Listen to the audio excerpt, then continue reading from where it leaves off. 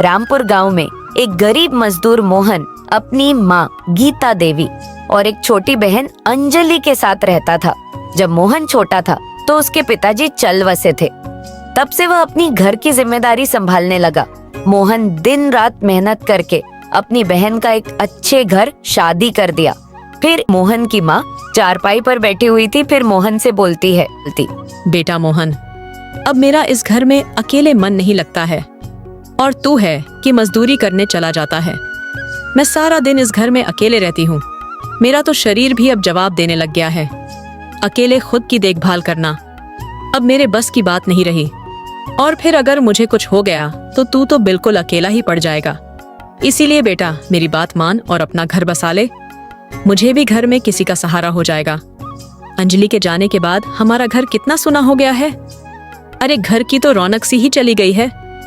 तू शादी कर ले, फिर से बहू के आने के बाद वह रौनक एक बार फिर लौट आएगी और मेरे पोता पोतियों की खिलखिला से मैं एक बार फिर जी उठूंगी। माँ, जैसा तुम्हें सही लगे वैसा करो। अब मैं जा रहा हूँ, मुझे काम पर जल्दी जाना है, वरना मालिक बहुत गुस्सा होंगे। इतना कहकर मोहन काम पर चला जाता है। कुछ दिनों में मोहन की सुनीता नाम की लड़की से शादी हो जाती है, जिससे मोहन के घर में एक बच्चा जन्म लेता है, जिसका नाम वह राजू रखता है। सुनीता मालिक ने इस महीने की तनख्वाह देने से मना कर दिया है। उन्होंने कहा है कि वह अगले महीने दे देंगे। मेरे तो अब समझ में नहीं आ रहा है कि हम इस महीने का गुजारा कैसे करेंगे। ये तुम क्या कह रहे हो जी? घर में तो खाने के लिए कुछ भी नहीं है। मैं तो सोच रही थी कि तुम्हारी इस बार की तनख्वाह से पूरे महीने का राशन ले आऊंगी, लेकिन अब हम क्या करेंगे? जी, राजू की स्कूल की फीस भी जानी है, जो पिछले 3 महीनों से रुकी हुई है। और राजू के प्रिंसिपल ने कहा है जब तक स्कूल की फीस जमा नहीं हो जाती तब तक परीक्षा में नहीं बैठ सकता है। मैं परेशान हो गया हूँ। पूरे महीने जानवरों की तरह मेहनत करो और जब तनख्वाह का समय आता है तो मालिक लाल पीली आंखें दिखाता है। अब तो मैं ये काम भी नहीं छोड़ सकता। क्या पता कोई और काम फिर मिले या ना मिले। अजी सुनिए, मैं सोच रही थी मैं भी कोई काम देख लेती हूँ। घर में 4 पैसे आएंगे तो थोड़ा सहारा हो जाएगा। और अब हमारा राजू भी तो बड़ा हो रहा है, उसका पढ़ना बहुत जरूरी है। अगर हमारी यही हालत रही तो वह पढ़ नहीं पाएगा। लेकिन हमें कैसे भी करके अपने बेटे को पढ़ाना है। हम जो मुसीबतें देख रहे हैं वह हमारे बेटे को ना देखनी पड़े। मैं तुम्हारा दुख समझ सकता हूँ सुनीता। मैं मालिक से आज एक बार और कहूँगा। पैसों के लिए क्या पता वह इस महीने के पैसे ही दे दे। अब मोहन मालिक के घर पैसे लेने जाता है। मालिक, घर में कुछ भी राशन नहीं है और ना ही राजू की स्कूल की फीस जमा है। मुझे पैसों की सख्त जरूरत है। मुझे इस महीने की तनख्वाह दे दीजिए। अरे पैसों की जरूरत किसे नहीं होती, हमें भी पैसों की जरूरत होती है। तुमसे कहा तो था पैसे अगले महीने ही मिलेंगे। या फिर एक बात को बार बार सुनने में मजा आता है क्या? अरे तुम काम पर ध्यान दो, पैसों पर नहीं। पैसे तो मिल ही जाएंगे, कोई भगा थोड़ी ना जा रहा है। मेरे घर में कोई दूसरा कमाई का जरिया नहीं है। आपके यहाँ जो मजदूरी करता हूँ उसी से मेरा घर का गुजर बसर होता है। फिर भी मालिक उसे पैसे नहीं देता है। मोहन उदास होकर अपने घर चला जाता है। मोहन की पत्नी मोहन का इंतजार कर रही थी। जैसे ही मोहन घर आता है तो उससे पूछती है, क्या हुआ जी, तुम्हारे मालिक ने पैसे दिए? मालिक ने पैसे नहीं दिए सुमन। उन्होंने कहा है कि पैसे अगले महीने ही मिलेंगे। मैंने उन्हें अपने घर की परेशानी बताई थी, लेकिन उन्होंने मेरी एक ना सुनी। ऐसे काम करके क्या फायदा जो जरूरत पड़ने पर काम ही ना आ सके। अजी तुम इस काम को छोड़ दो और कोई दूसरा काम कर लो। कल ही जाकर अपने मालिक से कह दो कि मुझे अब इस काम को नहीं करना है और अपने सारे रुके हुए पैसे ले आना। उन पैसों से हम इस महीने का गुजारा कर लेंगे और इसी दौरान तुम कोई दूसरा काम देख लेना। तुम सही कह रही हो सुनीता। मैं भी इस काम से परेशान हो गया हूँ। मैं कल ही जाकर मालिक से अपना हिसाब कर लूंगा और फिर एक अच्छा सा काम देखूंगा जिसमें मेहनत ना करनी पड़े। हद से ज्यादा मेहनत करने से शरीर एकदम सा टूट सा जाता है।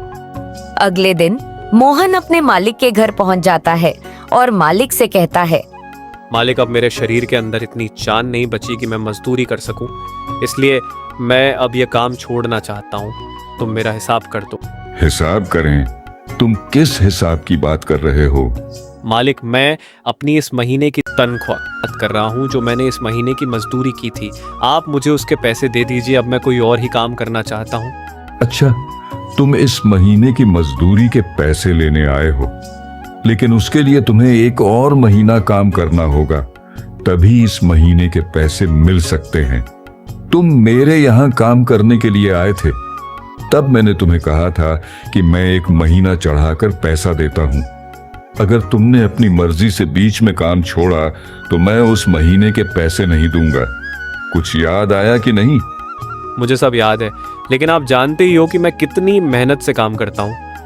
अरे तो मैं क्या करूं, मेहनत से तो हर कोई काम करता है। तुम यहाँ कोई नया नहीं काम कर रहे।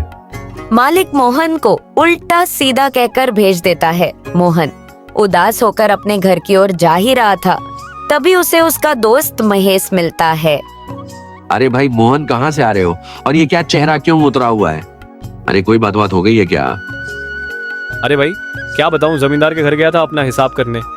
अरे तुम तो जानते ही हो, जमींदार कभी भी पूरे महीने के पैसे एक साथ देता ही नहीं है, थोड़े थोड़े करके देता है, वो भी एक महीना चढ़ाकर। अब इस महंगाई के ज़माने में थोड़े बहुत पैसों से गुजारा कहाँ होता है, बस यही बात मुझे परेशान कर रही है। अरे मोहन भाई, तुम कोई ऐसा काम क्यों नहीं कर लेते जहाँ तुम्हें रोज नगद पैसे मिले? अगर तुम्हें रोज नगद पैसे मिलेंगे तो तुम अपने घर का गुजारा सही से कर सकते हो। अच्छा चलो, अभी मैं चलता हूँ, जरा जल्दी में हूँ। इतना कहकर मोहन का दोस्त चला जाता है। मोहन सोचने लगता है, मेरा दोस्त सही कह रहा है, अगर मुझे कोई ऐसा काम मिल जाए जहाँ मैं रोज नगद पैसे मिले तो मुझे तो कोई दिक्कत ही नहीं होगी, और मैं राजू के स्कूल की फीस भी समय से पहले ही भर दिया करूंगा। यह सोचते सोचते मोहन अपने घर आ जाता है। आपका ही इंतजार कर रही थी। मांझी की तबीयत बहुत खराब हो गई है, वो तुम्हें बुला रही है। मोहन अपनी माँ के पास जाता है। माँ मोहन से कहती है, मोहन मेरे बेटे, इस समय तू बहुत परेशानियों का सामना कर रहा है। तू एक काम कर, अपनी बहन अंजलि से थोड़े से पैसे उधार ले ले और कुछ काम कर ले। जब तेरा कारोबार अच्छा हो जाए और चलने लग जाए तो तू उसके पैसे लौटा देना। लेकिन माँ, अंजलि से पैसे कैसे ले सकते हैं? अरे कोई सुनेगा तो क्या कहेगा कि बहन से ही पैसे उधार ले रहा है। कोई कुछ नहीं कहेगा। कल तू अंजलि के घर जाना और अपनी परेशानी से बताना, वो तेरी जरूर मदद करेगी बेटा। अगले ही दिन मोहन अपनी बहन अंजलि के घर पहुंच जाता है। पहले तो अंजलि मोहन को नजरअंदाज कर देती है। जैसे उसे पता चलता है तो फिर कहती है, भैया तुम यहाँ क्यों आए हो? अगर आना ही था तो सही से कपड़े पहनकर तो आते। ये फटे पुराने कपड़े पहनकर आने की क्या जरूरत थी? यहाँ इतने बड़े बड़े लोग आते हैं, कोई देखेगा तो क्या कहेगा कि यह गरीब सा दिखने वाला आदमी तुम्हारा भाई है? अंजलि, तुम तो जानती हो कि मैं मजदूरी करके अपने घर का गुजारा करता हूँ, लेकिन मैंने वो अब काम छोड़ दिया है। घर में एक पैसा भी नहीं है, इसलिए मैं तुम्हारे पास थोड़े से पैसे उधार लेने आया हूँ। जैसे ही मेरे पास पैसे आ जाएंगे मैं तुम्हें वापस लौटा दूंगा। तुम्हारी आमदनी तो ज्यादा नहीं है, जमा पूंजी कुछ है ही नहीं। तुम्हारी पूरी कमाई तो रोज की जरूरतों को पूरा करने में खत्म हो जाती है। ऐसे में तुम हमारा उधार कैसे दोगे? इसीलिए मैं तुम्हें कोई पैसे उधार नहीं दे सकती। अब तुम यहाँ से जा सकते हो और दोबारा कभी मत आना। मोहन को अपनी बहन की यह बातें सुनकर बहुत परेशान होता है। उससे अपनी बहन की बात तीर की तरह चुभ रही होती है। आज वह अपने आप को बहुत लाचार महसूस कर रहा था। आज उसे समझ आ गया था कि गरीब का सच में किसी से कोई रिश्ता नहीं होता, उसका तो सिर्फ लाचारी से नाता होता है। जिस बहन को उसने मजदूरी करके पढ़ाया, आज उसने घर से निकाल दिया। यह सोचते सोचते मोहन अनजान जंगल में पहुंच जाता है। जंगल में दूर दूर तक कुछ नजर नहीं आ रहा था। धीरे धीरे दिन ढल रहा था। तभी मोहन को एक घर दिखाई देता है। मोहन जल्दी से घर की ओर जाता है। अरे कोई है, मुझे मदद की जरूरत है। तभी अंदर से एक वृद्ध आदमी आता है। मोहन उससे कहता है, दरअसल मैं रास्ता भटक गया हूँ। मुझे जाना तो कहीं और था, लेकिन पता नहीं कैसे इस जंगल में फंस गया। तुम मुझे रास्ता बता दो तो तुम्हारी बहुत मेहरबानी होगी। मेरे बीवी बच्चे मेरी राह देख रहे होंगे। तुम परेशान मत हो, मैं तुम्हें रास्ता बता दूंगा, लेकिन रास्ता बहुत दूर है। वहां पहुंचने में तुम्हें रात हो जाएगी और इस जंगल में बहुत से जंगली जानवरों का खतरा है। अगर तुम चाहो तो रात में यहीं मेरे घर में गुजार सकते हो और सवेरे होते ही निकल जाना।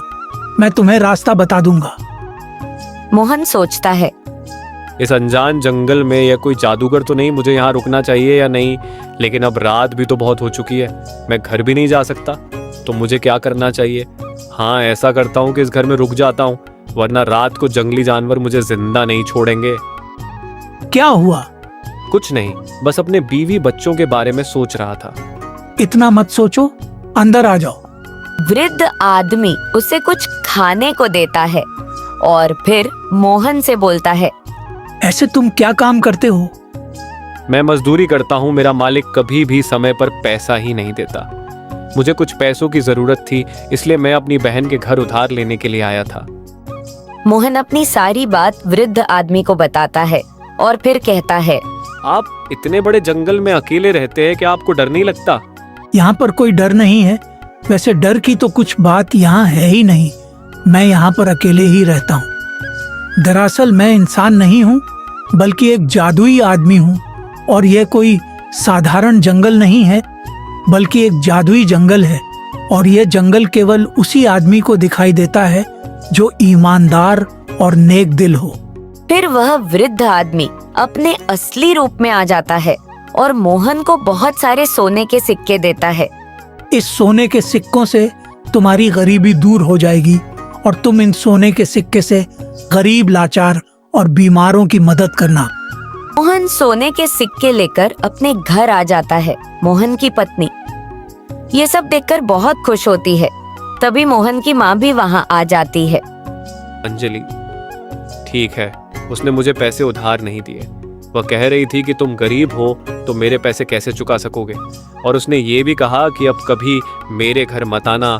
और मेरे घर में बड़े बड़े लोग आते हैं, कोई देखेगा तो क्या सोचेगा कि यह गरीब इसका भाई है। यह तू क्या कह रहा है बेटा? अंजलि इतनी बदल चुकी है, उसे यह कहते हुए भी शर्म नहीं आई। तूने उसे पढ़ा लिखा कर उसकी शादी की थी और आज उसने ही तुझे गरीब बताकर घर से निकाल दिया। मोहन रास्ते में हुई सारी बात अपनी माँ और अपनी पत्नी को बताता है कि उसे बहुत सारी सोने के सिक्के मिले हैं। यह बात सुनकर उसकी माँ कहती है, बेटा, जिसकी कोई मदद नहीं करता उसकी मदद भगवान करता है। उसी ने तेरी गरीबी देखकर यह दौलत दी है, तू इसका इस्तेमाल सोच समझ के करना। थोड़े ही दिन के बाद मोहन जमीन लेता है और अपना सुंदर सा घर बनाता है और अपने खेत पर खेती करता है। मोहन की फसल बहुत अच्छी होती है। अब वह अपने परिवार के साथ हंसी खुशी रहता है।